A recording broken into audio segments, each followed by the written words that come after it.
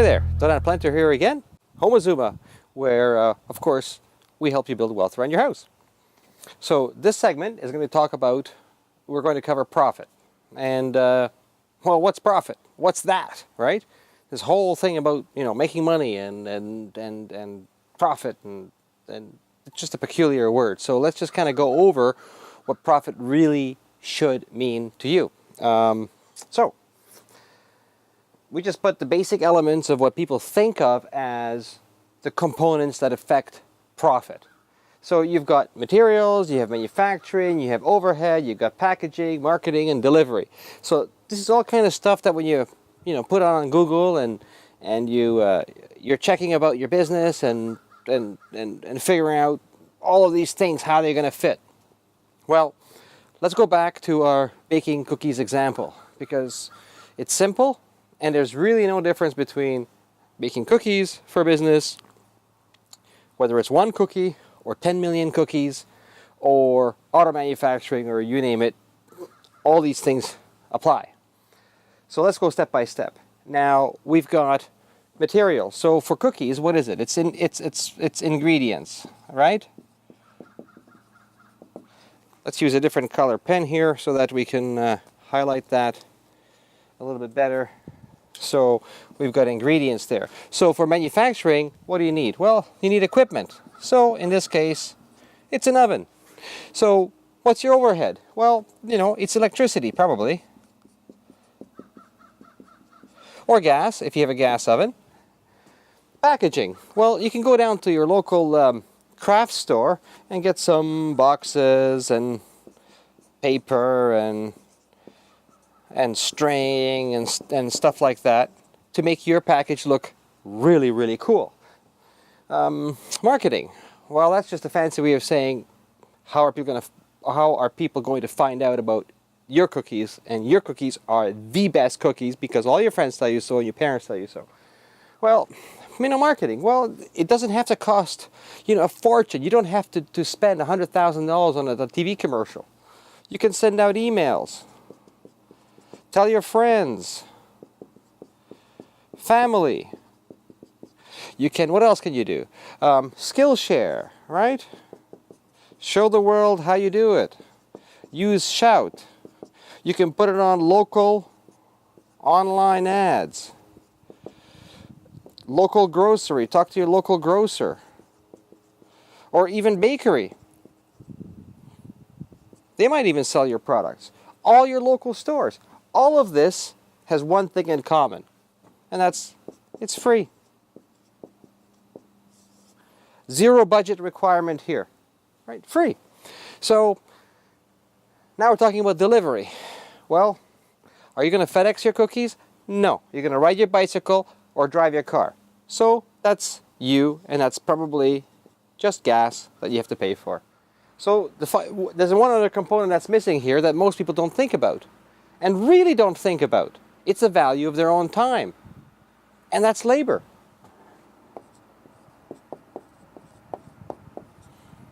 That's your labor. Now, some people think their labor is worth $100 an hour. Some people think their labor is worth $5 an hour or $800 an hour. Don't worry about this too much right now at all for getting out your first batch of cookies. But I'll explain to you why not. So these are all the components.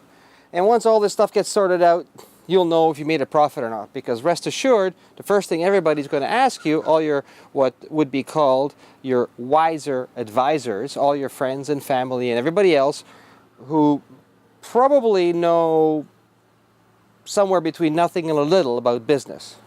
So it's key to only get advice from people who are in business, who are already successful at what they are doing in business.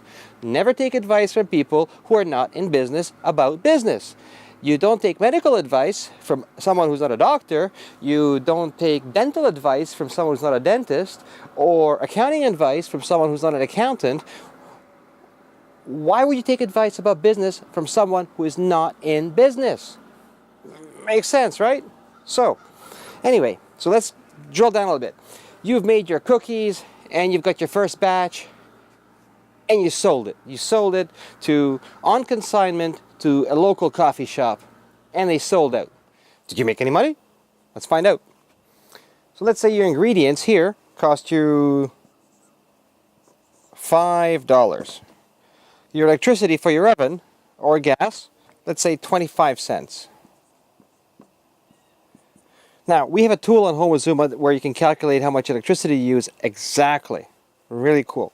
But you don't need that for this. So, how about your packaging? Let's say you spend $2 on your little boxes, maybe some wrapping paper, some string, that kind of stuff. And then you got in your car, you drove around, and you spent $5 on gas. So there it is, $5 on gas. Your labor. Let's say you hired somebody, theoretically, so you're thinking, if I had to hire somebody to do this, I would have to pay them, let's say, $10 an hour. It would take them 8 hours to make the cookies and then wrap and package the cookies and then deliver them. You don't have to make this overly scientific. You probably will be pretty close to the reality anyway. So let's say 8 hours. So at $10 an hour, it would cost you $80 in labor. Now, so when you add all that up, you're going to end up with $92.25. So, it cost you $92.25 to make 12 cookies if you hired somebody else, right?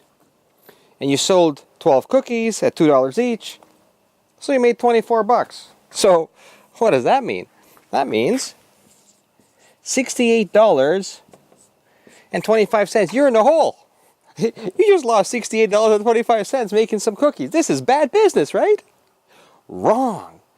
Absolutely wrong. You know why?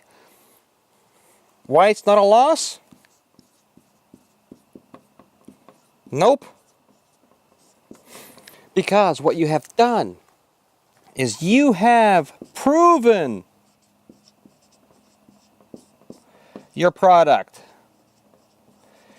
You have proven that your cookies sell for a measly $68.25, and that's assuming you hired somebody else to do it. But you probably didn't at this stage of the game. You probably used your own time. And since you would have been maybe watching TV instead, you didn't actually lose money. And for just the cost of the ingredients, the gas, and 25 cents, you have proven that your cookies sell. So this proves that you were monumentally successful because you sold 12 cookies. So then you say, well, okay, so how many cookies do I need to, buy a Learjet or something? Well, a lot of cookies, right? But you got to start small, one cookie at a time.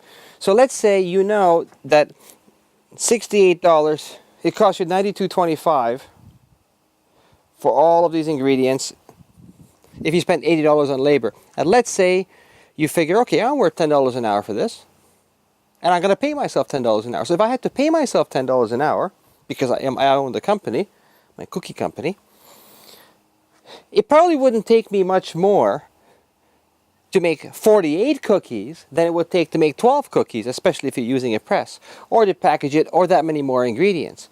But if you sold 48 cookies, that equals $96.